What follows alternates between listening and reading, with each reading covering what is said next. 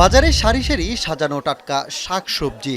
স্বাস্থ্য সচেতন মানুষের তালিকায় সবসময় শাকসবজি থাকে চাহিদার শীর্ষে। শুধু স্বাস্থ্য সচেতনরাই নয়, নাগালের মধ্যে থাকায় নিম্নবিত্তদের প্রধান পছন্দ এই আমিষ পণ্য। তবে সহজলভ্য এসব পণ্য স্বাস্থ্যের জন্য কতটা নিরাপদ? বাজারে প্রায় সারা বছরই দেখা মেলে আলু, বেগুন, ঢ্যাঁড়স, টমেটো, লাল শাক, শশার মতো সবজি। তবে উদ্বেগের বিষয়, স্বাস্থ্য ভালো রাখা এসব সবজিতে পাওয়া যাচ্ছে ক্ষতিকর ভারী ধাতু। এ বিষয়ে বেশিরভাগ মানুষ জানলেও কিনছেন নিরুপায় হয়েই। কীটনাশক দিলেও আমাদের তো করণীয় কিছু নেই, আমরা তো জানি না, আমরা তো জেনেও খাচ্ছি। আবার একজন নাগরিক হিসাবে আমি এটাও জানি না যে বিষয়টা নিয়ে আমি কার কাছে নালিশ করব, কোথায় কথা বলবো। সম্প্রতি বাংলাদেশ নিরাপদ খাদ্য কর্তৃপক্ষের অধীনে দুটি দল এসব পণ্যের উপর গবেষণা চালায়, যেখানে সবজিতে রাসায়নিক ভারী ধাতুর উপস্থিতি এবং এর মাত্রা নিয়ে গবেষণা করেন কৃষি বিশ্ববিদ্যালয়ের দুজন গবেষক। স্যারদের অনেক লিমিটেশন থাকে, ফান্ডে লিমিটেশন থাকে। আমাদের এইটা কিন্তু শুধু ছিল আসলে মনিটরিং স্টাডি এবং রিস্ক অ্যাসেসমেন্ট। এদিকে গবেষক দলটি ঢাকা ও ময়মনসিংহ বিভাগের ৬টি জেলা থেকে মোট ৯ ধরনের সবজির উপর গবেষণা চালায়।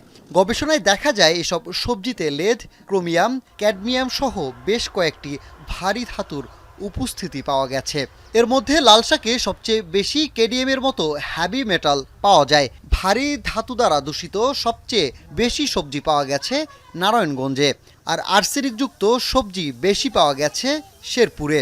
Finally, to make a recommendation on which vegetable intake needs to be reduced in our diet for our healthy diet. স্বস্তির খবর নেই দেশে উৎপাদিত ফল, বড়ই, আম, লিচু ও পেয়ারাতেও। প্রতিটি ফলে ৮০টি করে মোট ৩২০টি নমুনা পরীক্ষা করেন বাংলাদেশ কৃষি গবেষণা ইনস্টিটিউটের সিনিয়র বিজ্ঞানী ডক্টর মোহাম্মদ দিলওয়ার হোসাইন, যেখানে ৩৯টি নমুনায় ক্ষতিকর কীটনাশকের উপস্থিতি খুঁজে পাওয়া যায়। ঢাকা, রাজশাহী, পাবনা ও বগুড়া থেকে এসব ফলের নমুনা সংগ্রহ করা হয়। যদিও আমরা রাজশাহী থেকে আনছি, ঈশ্বরদী থেকে আনছি, কিন্তু ওইগুলা কিন্তু আমরা ফার্মার্স ফিল্ড থেকে আনি নাই। বিশেষজ্ঞরা বলছেন নিত্যপণ্যে এসব শাকসবজি, ফল সব বয়সী মানুষের দীর্ঘমেয়াদী ক্ষতির কারণ হতে পারে। এছাড়া কিডনি, লিভার রোগের ঝুঁকিসহ শিশুদের বুদ্ধিমত্তা বাড়াতেও বড় বাধা এসব পণ্য। তো বাচ্চাদের এবং বয়স্ক মানুষের জন্য এটা খুবই ভয়াবহ। তার কারণ বাচ্চাদের ইমিউনাইজেশনটা যেটা হচ্ছে যে এগুলো কনজিউম করার ক্ষমতা কম থাকে, বয়স্কদের কম থাকে। এই সমস্যা উত্তরণে কৃষকদের নিয়মিত পর্যবেক্ষণের পাশাপাশি গবেষণার উপরও আরও জোর দেওয়ার আহ্বান জানান বিশেষজ্ঞরা। একই সাথে জনসচেতনতা বাড়াতেও পরামর্শ দেন তারা।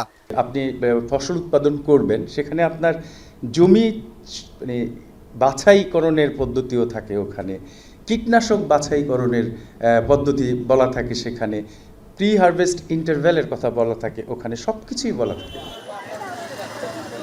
সাধারণ মানুষ মনে করেন সরকার কঠোর অবস্থান নিলে খাদ্যে ভেজাল কিছুটা হলেও প্রতিরোধ করা সম্ভব।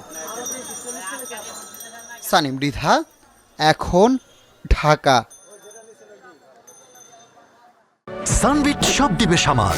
সানবিট ম্যাজিক প্রেস ডিশওয়াশিং এর মাথা ঘোরানো সলিউশন।